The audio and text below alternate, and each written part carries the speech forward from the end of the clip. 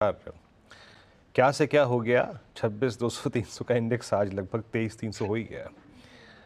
अभी कितना लग रहा है सर डाउन साइड यहाँ पे, मतलब और दूसरी बात यह है कि एफआईएस के नंबर को देखिए ना सर, तो लग रहा है कि कोई अभी वो खरीदारी तो छोड़िए, अभी वो शॉर्ट कवर करने के मूड में नहीं है। तो हमारी ग्लोबल मार्केट्स में हमारी प्लेसमेंट, ईएम्स में हमारी प्लेसमेंट कैसी लग रही है आपको, और क्या ये सेलिंग इंटेंसिफाई और होगी क्या? Veeru, good morning. देखिए, निफ्टी के हाँ। स्तर कौन से मुमकिन है, कब तक मुमकिन है, ये तो इसमें तो आप माहिर हैं। मैं तो सिर्फ इतना जानता हूं कि ये करेक्शन ड्यू था। काफी हद तक ओवर ड्यू हो चुका था। और जो समझदार इन्वेस्टर्स हैं उनको एक चीज वापस समझ आएगी कि पेशेंटली अगर आप वेट करते हैं माहौल ठीक होने में, तो आपको अपॉर्चुनिटी बाइंग की जो मिलती है वो एक इसमें, जिसको कहते हैं ना, वो the silver lining is that कि भाई महंगी हो गई थी चीजें, पी मल्टीपल एक्सपेंशन हो रहा था, कंपनीज को ऑर्डर अच्छे हैं, ग्रोथ है, लेकिन ग्रोथ कायम करने के लिए, हासिल करने के लिए समय देना पड़ता है।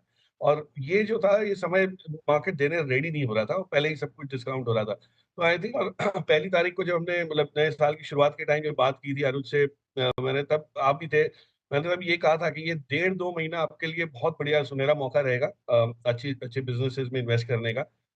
इमर्जिंग मार्केट्स में हमारी हमेशा परिस्थिति अच्छी रहेगी, वो तो उस पर डाउट नहीं है, लेकिन इमर्जिंग मार्केट से जो फ्लो आउटफ्लो है, और वो क्यों है कि आप देखिए डॉलर के सामने हम लोग, जो जो रुपया वीक हुआ है, एफआई को वहीं इतना आर्बिट्राज मिल रहा है। अगर वो डॉलर में चले जाए वापस, तो वहीं उनको 4-5% का एडवांटेज हो जाता है। और 20 तारीख के बाद जब नए एडमिनिस्ट्रेशन के ऐलान, पॉलिसी के ऐलान होंगे, उसके बाद एक समझ आएगी मार्केट को कि कौन सी कंपनी, कौन सी देशों को फायदा है, कौन से कंपनीज को फायदा है, सेक्टर्स को फायदा है। तो उस तक मुझे लगता है कि पैसा सिर्फ जाएगा वापस यूएस यहाँ से, तो इंटेंसिफाई हो सकती है। आई एम क्वाइट वो दिस थिंग कि भाई ये एफआई का आउटफ्लो जो है ये शायद और गहरा हो सकता है। सामने डोमेस्टिक बाइंग जो आ रही है या आती है, वो भी थोड़ी सी थम जाएगी, क्योंकि अनसर्टेनिटी है। वो म्यूचुअल फंड्स को ये तो जरूरी है नहीं कि रोज जब एफआई एग्जिट करते हैं तब लेना ही लेना। आपके पास अपॉर्चुनिटी आ रही है, और कितना सारा पेपर नया ऐड हुआ है पिछले 1.5-2 महीने में आईपीओ के जरिए। तो वो काफी हद तक लिक्विडिटी वहां भी अच्छी खासी अब्जॉर्ब हुई है। तो आई वुड बिलीव मार्केट देगा आपको मौके, लेने वालों के लिए, लॉन्ग टर्म फंडामेंटली जो लेने की वैल्यू ढूंढते हैं उनके लिए तो बहुत बढ़िया मौके मिल जाएंगे। ये आईटी में दिख रहा है क्या प्रकाश सर? टीसीएस को देख के कुछ समझ में आया क्या कि आउटलुक सुधर गया है, हालात पटरी पे आ गए हैं, या वैसे ही कंफ्यूजन में छोड़ गया है?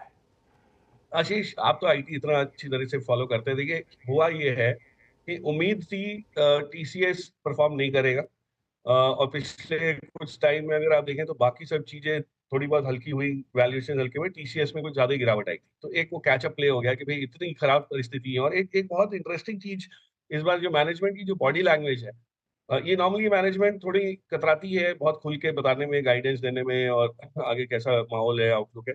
लेकिन इस बार एक कॉन्फिडेंस अलग टाइप का इनका है। ऑफकोर्स आंकड़ों में तब्दील नहीं हुई है ये चीज, उन्होंने कोई इस टाइप के आंकड़े नहीं हमारे पास छोड़े कि कुछ आप उस पर एनालिसिस कर सके। लेकिन जो बॉडी लैंग्वेज है, और कोविड लोज पे जो प्रोफाइल थी ग्रोथ की या मार्जिन की, वो वापस आई हुई है। तो आप ये सोचिए कि अब यहाँ से अगर कुछ हो सकता है तो सुधार ही हो सकता है। तो फ्रॉम दैट परस्पेक्टिव ये आपको लग रहा है। लेकिन जो मिड कैप आईटी बहुत चले हुए हैं, जो कई कंपनीज हैं, और आपने टाटा एलेक्सी के नंबर देखे, तो ऐसा नहीं होता कि हर एक कंपनी आईटी में चलनी है और मतलब एक ही समय में चलनी है, तो एक ही दौर में चलनी है। तो मुझे लगता है मिड कैप आईटी में थोड़ा सा करेक्शन गहरा होगा, वहाँ थोड़ा सा डिसअपॉइंटमेंट ज्यादा आ सकता है। But large cap IT more less has price that in. तो यहाँ से 20 तारीख के बाद अगर कोई आपके इमिग्रेशन रूल्स को लेके, पॉलिसी को लेके, H1B को लेके जो कुछ, अगर वो रिस्ट्रिक्शंस नहीं आते, तो एक वापस एक नया दौर शुरू होगा। बट फिलहाल आई थिंक ये थोड़ा सा ओवर एक्साइटमेंट है कि बाकी सब आईटी कंपनीज में भी बाइंग आ रही। टीसीएस मैं समझ सकता हूँ, एक एक जस्टिफिकेशन कहीं ना कहीं है उसमें। बट बाकी कंपनीज को लेना कोई आज जरूरी नहीं है। आप वेट कर लीजिए, या तो नतीजों का वेट कीजिए, या 20 तारीख या 30 तारीख के बाद जो खरीदना है वो खरीदिए।